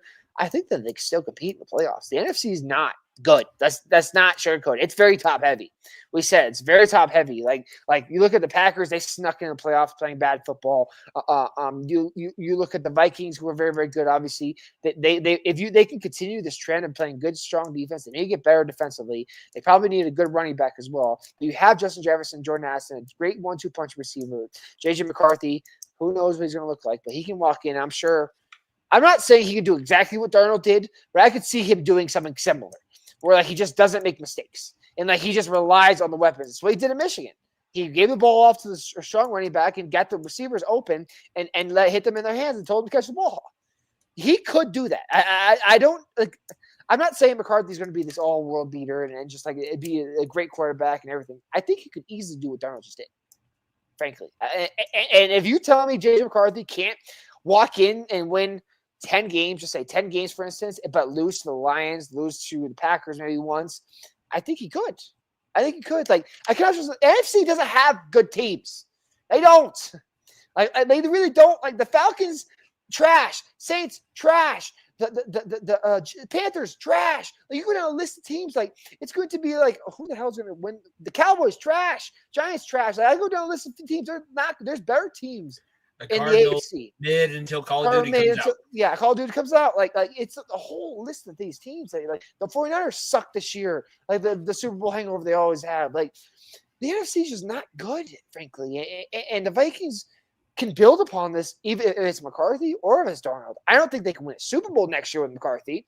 I think if they run it back with Darnold, they have a better chance at making an NFC Championship. But do you think that you could win a Super Bowl with him? I don't think in his first full season, no. I also find it funny out of the wild card weekend, all the divisions with 3 teams in the playoffs no longer have 3 teams in the playoffs. AFC West, NFC North, the 2 out of the 3 all lost. The only teams that are left are the teams that had buys out of those 2 divisions. Speaking of which, let's get into the divisional round preview. We're starting chronological order. This will be the first game of the weekend. Chiefs hosting the Houston Texans coming off of their bye week. The Texans, we just talked about, whacked the Los Angeles Chargers in what was now very much expected. We needed to make sure that was thrown out there. I don't know what to expect in this game, because this is definitely, like, if we're going off of the last time that we saw a team with a bye playing against a team that was really hot, in the college football playoff, it did not go well for a team with a bye. It did not go well at all. I don't necessarily see that happening because this is a different sport, but I could see maybe a Texas-Arizona State situation, and if the Texans are that close, I think the Chiefs will win if it's a one-score game. I think the Chiefs will win if it's a one-score game. I think the Chiefs could possibly blow them out. The only chance the Texans have of winning this game is to possibly get a blowout on the other side because Patrick Mahomes loses his shit and Travis Kelce takes a dump in his helmet. I think that's the only way. Yeah, like I'm not denying the Texans are talented, but like the Chiefs just I know you talked about Texas and Arizona State and how they had the bye week and they struggled the next game after that. This is Andy Reid after bye weeks. I don't know the record off the top of my head. I'm sure you could pull it up. This record after playoff bye week, or frankly a bye week in the regular season, is like 101. Like it's a stupid record. And I look back and I think back to that I think it was 2019, might have been 2018. Game between the Texans and the Chiefs in the playoffs, where Deshaun Watson was just unreal. What's the record? Let me hear it. 21-4. Yeah, that checks out. So that checks out. But I go back to the Deshaun Watson game where the Texans walked into Kansas City, where we were all like, Texans can win this football game. They're a good team. This and the other thing. That was Deshaun Watson before the massages. Before everything. And we were like, they got a good shot here, good talent across the board. They're this new upcoming team. Let's see what they do. And they just, frankly, they got outcoached. And at that time, I can't remember who the Texans had. It wasn't Kubiak. I can't remember. It was Bill O'Brien. Bill O'Brien, like he just got out coached, and I'm not giving D'Amico Ryans any hate because I think he's a great head coach. He's not Andy Reid's level right now. Like while D'Amico Ryans was scheming for the Chargers and for that Justin Herbert, Andy Reid was scheming for both those teams because it was kind of like. It's kind of obvious what the other 2 matchups were going to happen. Let's be honest with ourselves. Like, kind of obvious the Bills are going to win. Kind of obvious the Ravens are going to win. It was really going to be the Chargers or the Texans that were going to go in Arrowhead. So Andy Reid was already had a full scheme ready before Monday even hit. And we're on Thursday, and he's probably already got a game plan of how he's going to win in 3 different ways to do it. So look, I hate picking the Chiefs. I hate doing it. Hate doing it. But they're a better football team, and frankly.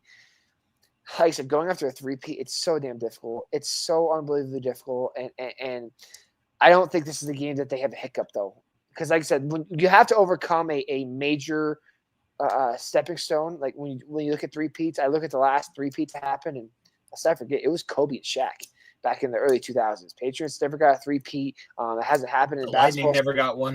Lightning never got one. Like the last 3-peat was Kobe and Shaq. Kobe and Shaq hated each other that last year. They had to overcome to get that 3-peat. Can the Chiefs overcome some of their deficiencies that they have on the offensive line and their injuries on the back end of the defense? We'll see. I don't think it's the Texans this round. I think it could come back down to the next round, so I'll take the Chiefs. I'm also picking the Chiefs. I want to see what they look like in this playoff. And that will give me more clarity as to how the rest of this is going to go. But comfortably right now, when the kids ask me in class, who's going to be in the Super Bowl? I say the Lions and the Chiefs.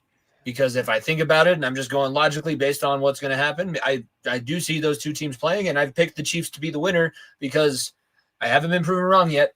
And yeah, that playoff run where they go down by double digits in every single round of the playoffs and come back and win, and even in the Super Bowl do the same exact thing. I at some point we got to stop downing them. This I know, but this I think I know I could sound like a broken record. I think this is a year that could come back to bite them. Yes, I'll be bucking. If they go down double digits, just theoretically speaking, I think if they go down double digits to the Texans, they could come back and win. Theoretically speaking, if you'll let double digits to the Bills, the Ravens, I don't think you can come back from that anymore. I will. I mean, that's the conversation we'll have next week when these conference championships are set up. But I don't think that's happening next week if they do that. So if you're a Chiefs fan, you don't want to do that again this year. Moving forward, next game on Saturday, it is the Commanders and the Lions. We said it. If it is a one-score game, I have a lot of faith in Jaden Daniels. But the Lions have not played in a ton of one-score games, and they've been pretty successful in their one-score games as well. They came off a huge victory last time that they were out there, winning the division, winning the conference, securing home field playoffs throughout the entirety, all in the last time that they were on the field. And now Dan Campbell's had a bunch of time with this team, getting them back healthy. Anzalone can finally take the stitches out of his arm because he was playing with the stitches in his arm last week. But, I mean, it's crazy how Montgomery much one person might be back. Montgomery can be back this week. I thought that he was done for the entire season, but it's crazy how one person can have such an effect on a side of the football. Anzalone comes back, and even with all of the other injuries on this defense, they're playing lights out against Kevin O'Connell and Sam Darnold. Because guess what? They got a middle linebacker that can put everybody in the right spot. He's not going to go freelance, and he's going to make sure everything is running smoothly. So if you can keep that, I have a lot of faith in them. It can get wild. I think this is the team, and I think Washington knows. If Washington's going to do what they want to do, you got to be the craziest sons of bitches left in the tournament. Yeah, you do. Oh yeah, you do. Oh yeah, you do. Like no this punts. Lions team. No punts last game. You gotta follow that shit up. The punter, just send the punter home. Oh, we don't need you. God, you got to put your balls on the table if you're Washington here. Your balls, like it needs to be the Rick Marsh or not Rick Marsh. What's Randy Marsh. Randy Marsh's balls in a barrel, Buffalo. walking around, like just doing that around the city of Detroit. Like that's what you have to do if you're Dan Quinn and you're Jaden Daniels going to this game because, dude. I had this conversation last year. We had this conversation last year where like, who could stop the Lions? And we were like, who could stop this offense? Who could stop this and who could score on this defense? The defense was the stronger part of the team last year. And we were like, okay, San Francisco had the best shot at doing it. They obviously ended up doing it. I don't know if there is a better team than San Francisco last year that could oppose this Detroit team going into this game, like going into the rest of the NFC playoffs, go on the way to the Super Bowl. Like I just feel that strongly about Detroit. Like Jahmyr Gibbs is if you're ranking running backs right now in terms of fantasy value, he's 101. Like he is everything you want out of a fantasy running back with catching wise, running the ball wise. The only thing is Montgomery gets a lot of touches, but still doesn't take away from his production.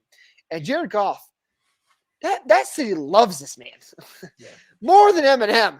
That city loves this man more than Kid Rock, though Stafford has his Super Bowl, they are still more than happy with the way that trade worked out for their side. Oh yeah, that may be the most even trade in NFL history if the Lions can pull it off and win a Super Bowl for that city.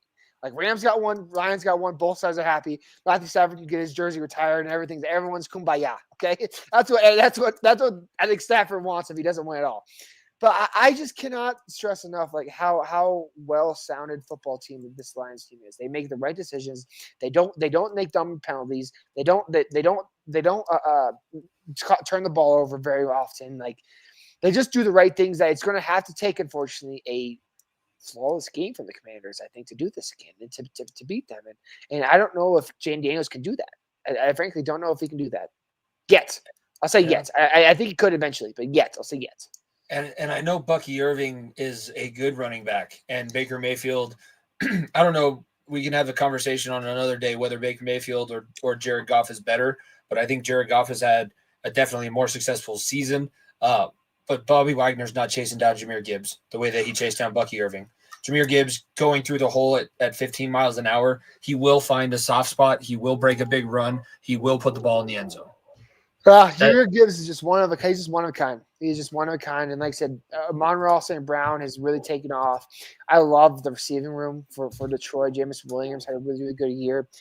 Shout out former Denver Bronco Tim Patrick coming back from his injury. Yep. He's fit in perfectly there. Like Laporta, I didn't even talk about Laporta, who's one of the best tight ends in football too. Like this team is just so well sounded in football, and Dan Campbell is the epitome of the team. Literally, he is the epitome of this team, and I think that they could steamroll this.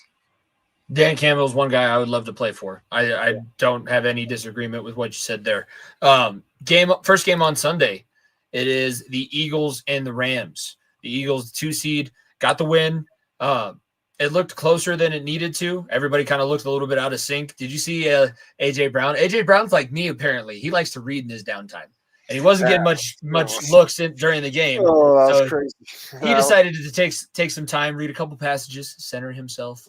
The memes write themselves. Oh my gosh, so funny. That book, the mindfulness book or whatever it was called, he was reading, is like the #1 book on Amazon right now. Apparently, like people are just football fans just out there buying it. All those Philly guys that dropped out of high school. What are you doing reading the book? Oh, AJ Brown. AJ Brown reads this book. I'll read this book. Trust me, I'll read this book. All those Italians in Philly are all doing that. And look, I want to say a couple things first before I talk about this game. The Philly fans are pieces of shit. That one that called that poor girl the C word, and I'm not going to repeat it. Like he got banned, and apparently the Eagles are Big Tom got him. Apparently they're making it up to this girl and her husband, and I'm glad to hear that. But like that happens too often. Tell me I'm not wrong. It happens every year. What's the old story we talk about since first day on this damn show? They threw snowballs at Santa Claus. They threw snowballs and at batteries Santa Claus. And beer bottles and rocks and stones and seats that they pulled out of the side of the thing, because Eagles fans are not human. They are some other being that during the hours of 1 o'clock to 8 o'clock on Sunday afternoons are just rabid. They're going to chew your face off. They literally sing a song that says, nobody like us, nobody likes us, nobody likes us, and we don't care. We're from Philly, fucking Philly, go fuck. I don't know how the rest of it goes. No, literally, we don't care. Yeah, exactly. The whole thing, like it fits the city perfectly. I've been there. I went to WrestleMania there. It was very fun. Don't get me wrong, but like I will also be wearing the Los Angeles Rams, though. Stafford plays big time football. I want this is going to sound so fucking crazy. I want Detroit versus LA and just rip the heart out of that Stafford family and out of everything. And then we get Eminem as the walkout song for both of them. Yes, the walkout song, the NFC Championship. Sign me up for that. Sign me up for Rams, because that first round playoff game last year was fun. Don't get me wrong, but like we were like, it's the first round. It doesn't mean a whole lot. With a Super Bowl chance on the line, are you kidding me? With LA, with the biggest trade that's happened in the NFL in I don't even know how long, like that impactful of a trade, like man, that'd be so much fun. So and look, Philly pisses me off. They just do. I don't know. I didn't like the reading. I don't like the fans. I don't like any of that. So I'll take the Rams. I'll take the underdog story. Going back to the offensive line in the running game, I like Saquon. I like the Eagles' offensive line. I think they'll be able to handle the defensive line of the Rams better than what the Vikings were able to do. So this will be a different kind of matchup. But Jalen Hurts did not look good. So if it comes down to Jalen Hurts and if AJ Brown doesn't bring his book to the sideline and he does have that meltdown, the Rams are the scariest team left I think on both sides of the entire playoffs. I think the Rams and Sean McVay, if you are in a situation where you have to play them either for the Super Bowl or to get to the Super Bowl, you're like, fuck, why this year?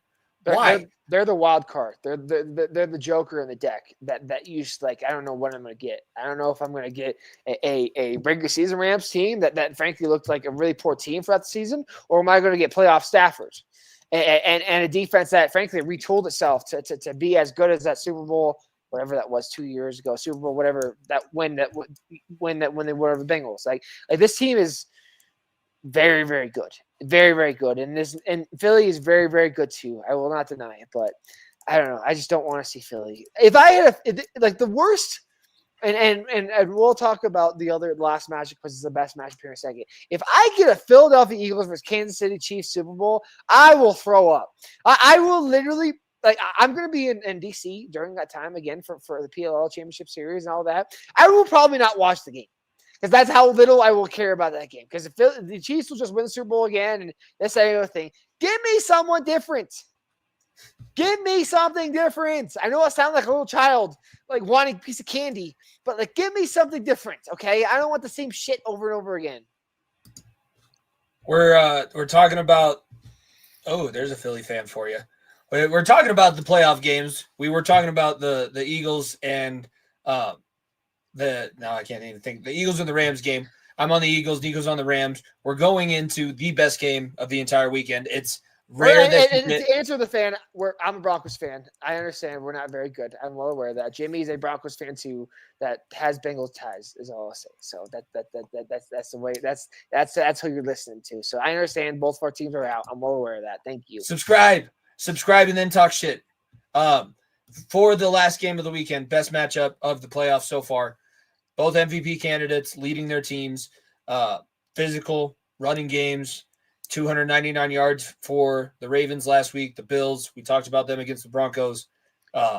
This one is just going to be fun. This one is old school. This one is knockdown, drag out, and it's going to – there we go. There it is. That's what I was expecting out of a Philly fan. This one's going to be played in the butt-ass cold, Niko. I know that we got a polar vortex coming, but Western New York on Sunday is not going to be nice. It is going to be a blizzard. And not only are the Bills now 15-3 all-time at home in the postseason, when it's below 10 degrees, the Bills are 9-1 under Josh Allen. That's not even going back that far. That's not even grabbing those old Jim Kelly stats. That's all Josh Allen right now. You're 100% right.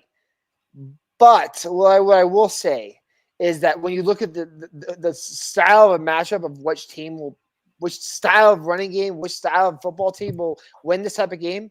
Fortunately, it's Baltimore. I love Josh Allen, and I think that he's this all-real talent, but it's going to come down to Lamar Jackson and Derrick Henry versus Josh Allen and James Cook. Like the passing game, you will get a pass off once every 4 plays. We've played in the snow. It's not easy, okay? You'll get a pass off once every 4 plays and try to hope for the best when it comes down getting down the field. You're going to rely heavily on your running game. And when a motherfucker is 235 pounds, 6'4", running down the middle of the field as a running back, that's going to be very difficult to tackle in the snow. It is. It's very, very difficult to tackle in the snow. But you know that Roman spirit deep inside Milano is going to make him stand up to that. They had to back down the war elephants, so he's going to back down that war elephant in the backfield. I may be the biggest Derrick Henry believer. Like I think Derrick Henry is a top 5 running back of all time. I will sit here and say on that horse because I think what he's done for so many years, being at the top of his game and being one of the best runners in football. Like I put him with Barry, I put him with Thurman Thomas, I put him with Jim Brown, I put him with the LaDainian Thompsons of the world. I put him in the conversation because he's been that good for this long. And this is finally. I'm not going to say finally because the Tennessee Titans did make that AFC Championship run where they lost the Patriots. But this is his best, I think one of his best shots to win a Super Bowl with this team. I usually say this, and that's how good Lamar Jackson is. And plain simple, I think just Buffalo is better. Okay, well, he's in the conversation. He's in the conversation. Okay, frankly, he's in the conversation because of how long. Like he's done this for 10, 15 years. Like he's done this since he's getting better as he's getting older too. Yeah, he's just continuing to roll out legs churn every single year. He's had like over 10 to 1,000-yard rushing seasons already. He's a damn. It would have been your argument would have been more solidified if he could have got to 2,000 because he'd have been the first player to ever get to 2,000 twice in his career. I agree. I mean, that's still possible with the way it is still possible. It was the closest that we've seen to it yet this year. So that was kind of where he is the greatest running back of this generation. This generation for sure. It comes down to championships and league awards if you want to go all time. Like Barkley could get to that point like in a couple of years. Jacobs could eventually get to that if he continues playing the way he could. Like Jahmyr Gibbs could get to that point. Like all the guys that you're talking about are young and exactly. all those guys. Chris McCaffrey is in that conversation but he frankly was better out of the backfield, not more of a downhill runner. Derrick Henry is the best pure running back we've had since 2010. I think since he came in the league, plain and simple. And he is that good. But on that note, I will still be taking the Buffalo Bills. I believe in this Buffalo team more than anybody, I think. What Josh Allen is doing and what I saw on Sunday was a Sean McDermott had a team that was just methodical with their offense, right? They knew that the Broncos middle of their field was their weakness. So they ran the ball down their throat. They ran plays over the middle of the field, and they exposed poor cornerbacks. And you look at the Ravens defense. So Humphrey's a very good cornerback. Kyle Hamilton's obviously an all pro safety back there. But they have some holes up the middle. That James Cook and Josh Allen could expose. So I don't know. I believe this Buffalo team. I really, really do. Like I said, this is the game everybody's going to enjoy watching. I could sleep at night, not watching that Eagles versus Rams game. I could sleep at night, not watch that game. I am not going to be able to sleep at night, not be able to watch this game. So we finally found an Eagles fan that'll come in the comments, so I got to keep putting them up on the screen. I don't agree. He's had 3 years of doing the 7 tier. He's been in the league for 10 years. How long has Derrick Henry been in the league? He was on the 2013 team that Bama beat Manti Te'o. I remember I'll look it up. I'll look it up while you give me your pick. No, I've already given my pick. There's no way in hell that I'm picking my division rival to go to the AFC Championship. Of course I don't want that. Of course not. I mean, the Bills have been a little bit of a rival with the Bengals, but I would love to see the Bills get there. And it's one of those fan bases. Them and Detroit are the two fan bases that I wouldn't mind listening to after they win a Super Bowl and go on a little bit of a victory lap. I don't want to listen to Kyle and his boy, go Birds, go Birds. I'm not listening to that again for another 365 days. I had to listen to it once in my lifetime, and that was plenty good enough. He's been in the league since 2016, 9 years, and he's not surpassed 1,000 yards 3 times. We've had a 17-game season for 2 years. He was also on very bad teams in Tennessee. Very bad. People, the disrespect for Derrick Henry is not something that I thought I'd be going on a tangent tonight with. Is all I'm going to say. We have this conversation more during the offseason. But Derrick Henry is an all-world running back, okay? He is the best running back of this generation, and I dare anyone to argue against me, someone else. And I give it to the Philly fan that's in our comments. Name the last guy since 2016 that has been able to do this consistently for 9 years. Give me a guy. That's all I'm asking. If you say McCaffrey, I'll say I agree, but he's not a better downhill running back. He's a better option running back that plays out of the backfield, that can catch balls, do that's the other thing. McCaffrey's not a downhill running back like Derrick Henry is. That's simple. That's all I'm going to say. Give me somebody else. All right. That's all our picks for the divisional round. I'm excited for these games. It's going to be a hell of a game to wrap it up with. And thank God I don't have school on Monday, so I just get to stay there. We'll be on for Talking the Gridiron live on VSN with Darren and myself. Rev joined us last week to talk a little bit about the Steelers getting knocked out. Maybe we'll get you on to talk the end of the Broncos and get another round of thoughts of the games. I'll reach out. You guys, I'm always good to reach out. Let's finish things off right with play, player, and benchwarmer of the week. We're starting with play of the week. We're going back to Ball Arena where we started the show. I will play the video one more time before we wrap things up here. If you missed it, if you joined in a little bit late, Niko won the Nugget Challenge last night to open up the Nuggets game at Ball Arena. But we're going back to that team that plays there. I was very surprised. On Tuesday night, I was able to go to my wrestling match. We ran a wrestling duel. Carly and I went to Chili's afterwards. I'm sitting there. I look up. Oh, cool. The Avalanche are on TV. I look across. Oh, shit. The Nuggets are on TV too? It took the crucifixion of the Broncos for the Nuggets and Avs to be back. Unfortunately, that's the pill that we have to swallow. Oh, and this was a beautiful way. This was actually at Ball Arena. It was the Avalanche that were home. The Nuggets were out in Dallas this night. Overtime with the New York Rangers. Devon Toews has had kind of an up and down season. He's one of those problems when we had those goaltender issues. He wasn't playing as well defensively. But this is the second overtime winner that I think he has this season, and this one goes from McKinnon, and it's a one-timer from the dot. That's Ovi's spot. I don't know what Toews is doing. I mean, it's 3-on-3 hockey, so of course somebody's got to cover that spot. But he was left all alone. I thought he was about to drop a knee and go full Ovi on us because that was a hell of a game and a hell of a way to win that one. I mean, I haven't been paying attention to too much hockey. They're up 3-1 right now against Edmonton on TN or on. ESPN. So Mackenzie Blackwood can stop. It's crazy what a good goaltender does for a team. Kenzie Blackwood is, man, like I said this a couple weeks ago, dude has a sick mask. If you don't have a sick mask as a goalie in hockey, you're nothing. I stand on that. I stand on that. Look at goaltenders. You'll see it translates to good face masks. You'll find this funny. I have a little one of the students in my class has a crush on Darcy Kemper, so every time that she comes in, she's always wearing a Kemper jersey, and I'm like, yeah, it was great that he won the cup, and that's why I'm allowing you to still wear that jersey, but he wasn't good. She's like, I don't care, he was cute. It's like, what? Wedgwood's not cute? You don't like missing your 4 front teeth? You get to eat a lot of pudding if you live with him. Yeah, Wedgwood and Blackwood, what they're doing. Man, the revamp of that Avs goalie room has really revamped this team, and the boys are getting hot. Boys are getting hot. But my play of the week, the greatest dunk that didn't count. I think in the history of dunks, it didn't count. John Morant went up on 7'5" Wembanyama and jammed on his head. Look, John Morant is like 6'2", 6'3". Wembanyama didn't have to jump that high to put his hands up at the rim. Look at the elevation of John Morant to do that over 7'5" Wembanyama. Like Wembanyama is one of the biggest aliens in sports today. He is an anomaly. I watch this man move around in warm-ups and everything, and I'm like, are you being controlled by an alien in your head? Like, is there a little dude pushing buttons to make you move this way in your head? Like, he's literally insane. But John Morant, I understand it was after the whistle. I understand that Wembanyama didn't really try, but it's still 7'5" Victor Wembanyama that John Morant just cocked that sumbitch back and jammed on his head. It was unbelievable. Unbelievable. That dunk wins the dunk contest, okay, this year, okay? You put Wembanyama underneath the rim and just say, go dunk over him, that wins you the dunk contest in today's world. I'm sorry. That's how important dunk contest is. That's a conversation for another day, but that wins the dunk contest nowadays.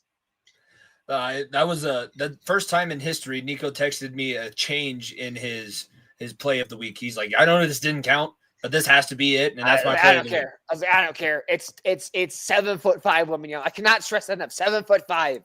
Okay, like the average male height is 5'10". That is a whole 2.5 or 1.5 feet taller than the average man standing up there. All right, let's continue on. Player of the week. You got my player of the week already. We talked about him. You gave him as much love as possible. Oh, by the way, Kyle's still here.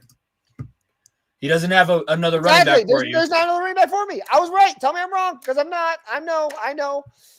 Doesn't have another running back, but he does. Eagles are going to the bowl. They're going. Trust me. I promise you. They're going to the bowl. Adrian. I was gonna say there's Rocky a lot in that screen or that little yell you just did there.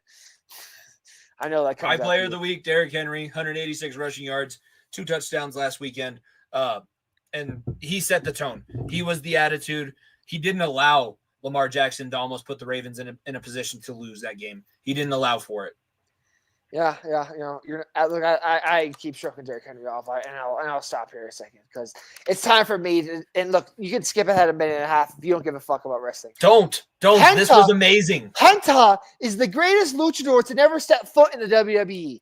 And ladies and gentlemen, he is in the World Wrestling Entertainment, or the World Wrestling Federation as it used to be Triple called. H did it again. He did it again. His first appearance in WWE on Monday night, it was the worst kept secret. It absolutely was the worst kept secret. His merch was already being sold online before he set foot in the ring. Like, it was a whole thing. He gets his first win over Chad Gable. He's able to do the Mexican Destroyer. If you don't know what the Mexican Destroyer is, first of all, look it up. It is a crazy move. He's entertaining. He's one of the best sellers I've seen in WWE a long time. That's the lucha. And WWE reported that he has one of the highest merch sales in the wrestler's first 24 hours in the company. In its history in his company. First 24 hours of this man in the company, highest merch sales that this company has seen since, like, I think the WWE shop was created, where you couldn't just go in store and buy things. You had to buy. You could buy things online. You had to go in person and buy things. Like, he is one of the next great wrestlers. I can't even say next great wrestlers. He's had a great career thus far in New Japan and with AEW too, and Lucha Underground and everything. There's the Mexican Destroyer. Like, this guy is an unbelievable wrestler that I am going to enjoy watching so much. I've already got the hoodie on the way. I'm trying to find a mask because I kind of want a mask too, just for the hell of it. But I'm a wrestling nerd. Jimmy's a wrestling nerd. Deal with it. Okay, deal with it. Okay, it's January. Royal Rumble's in 3 weeks. We're going to be talking about it a little bit here and there. So suck it up and deal with it. Okay. And Penta, Sarah Miedo. If you don't, like I said, if you don't know wrestling, you don't know who Penta is. You've seen George. If you love football, you've seen the celebration. After every first down catch George Kittle does, he does this. Where did he learn that from? Pentagon. Penta Jr. right there. That guy. That's the guy who learned Cero Miedo. For those that don't speak Spanish, it means zero fear. So that's George Kittle does it after literally every first down catch for 5 years now. So I'm sure our friends and our 49ers fans know what I'm talking about. So it's cool to see him finally in WWE. And like I said, I enjoyed the hell out of his match on Monday night. Can't wait to see what else he's going to do. All right. Now leaves us just with the worst of the worst. I already took my victory lap. My cosmic karma is clean. Ooh, that is beautiful. If you don't know, it was bad last year. Breakup. Ex-girlfriend was a Vikings fan. This is beautiful. I love it. And the fact that it's a 14-4 season that ends in the wildcard round is even better for me. The Vikings, that was tough. We'll see what JJ McCarthy does. Niko gave you a lot of hope early on, but I got to shit on you one more time.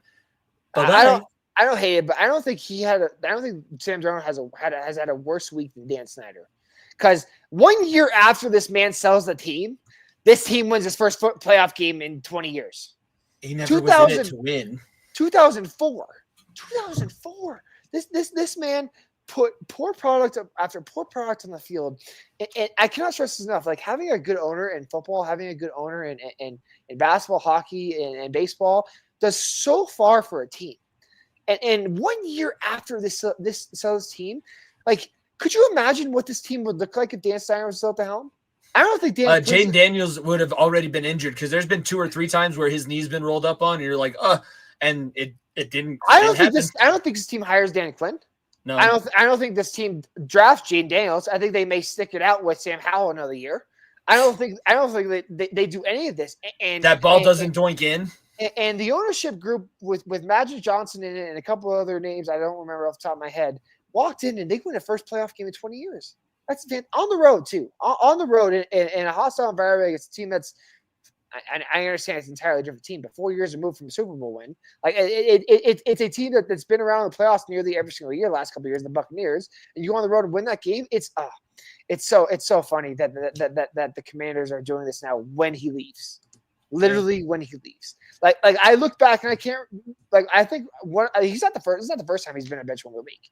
Like we talked about, remember that Sean Payton statue, how poor it was now and how unfathomable that was, the statue they put in the stadium for him, and how they dishonored him and everything. And that was all because of this man. New ownership, new coach, new quarterback. Commanders are in the second round of the playoffs. Crazy. Absolutely crazy. Dan Snyder on my bench one week. Yeah. That's cosmic karma again, because you get rid of the cancer and now you have all of this good stuff happen. I'm not going to mention it too much, but did you see that kicker before he went out and doinked that thing in?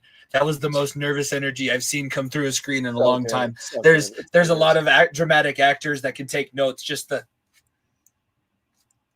it's not moving. Your hair's not moving. Your hair's not moving. With as little hair as I have left still on my head, I do that too sometimes as a nervous tick. But damn, hey, would you have rather that happen or Sarkisian arms on the shoulder pads? You're gonna make this kick against who was it? That was the game against. That was the game against Arizona State after he'd already missed 2 before. He missed 2 and then he missed it again. I would much rather have my kicker comb his hair 50 times before he walks out there than my head coach. Arms on the shoulder pads. You will do this. Like, leave me the fuck alone. Let me do. I just want you to forget about me for like 5 seconds. I don't want you to talk to me.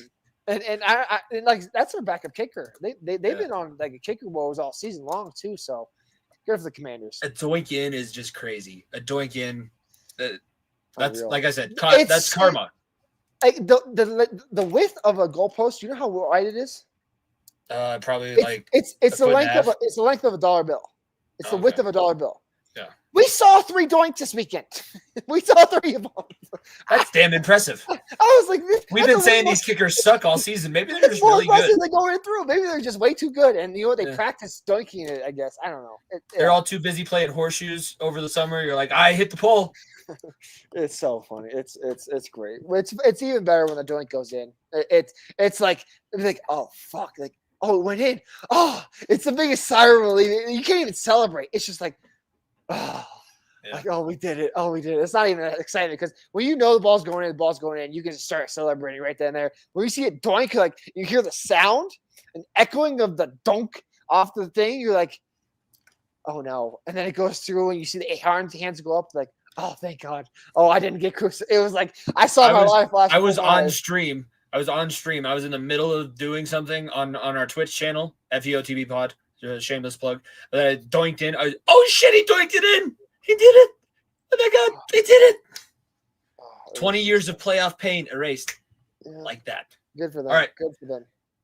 We've done enough. We talked enough football. We will play everybody out with the video from Niko. So we talked about it at the very beginning of the episode. Go back, like the video, subscribe, follow us on all the social medias. Tell your friends to check us out and leave ratings and stuff if you're listening on audio. But Niko was at Ball Arena last night for the Denver Nuggets game. He was chosen as he was walking into the arena to take part in the challenge that happened on the court.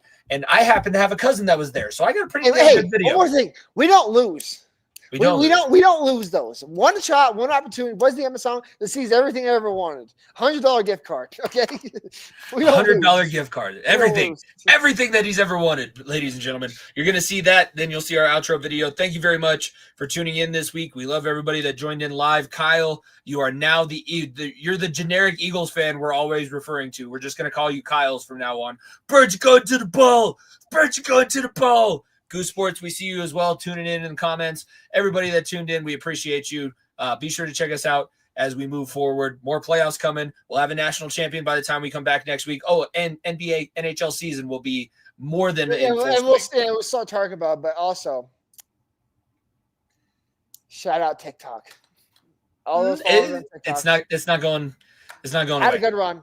Jimmy, it's not going away. It's just not as popular as it. I will say, when we created our TikTok channel, I told Jimmy I will never do a fucking dance for clout, and I didn't. I don't even think we've shown your face on the TikTok account. It literally just looks like me referring to the royal we every single time. The only time that they see your face is when it's on this screen that I posted on there. But by the way, it's not getting banned because the government. I don't know. I know. So I went through and I've seen it all. I just know that it's not going away, but it's also hilarious because now they've made that Red Notice or whatever it is, the Chinese version of TikTok. It's the #1 app in Google Play app stores and iPhone app stores.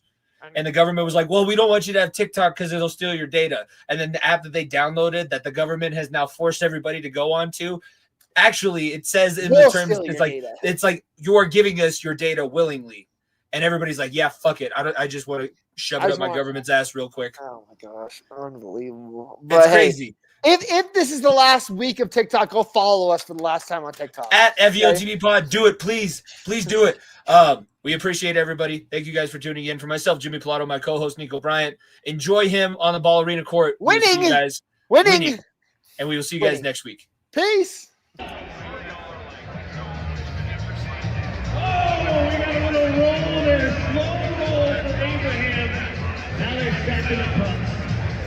Stacking those aluminum putts. Niko's moving faster. Oh no! Abraham's falling apart. Okay, you gotta pull the cycle. Oh, that was a bad strategy job. Just remember to recycle those putts. Niko is the winner. It was all those pesky putts. All right, Niko, you were going home with a $100 LTV gift card. Abraham.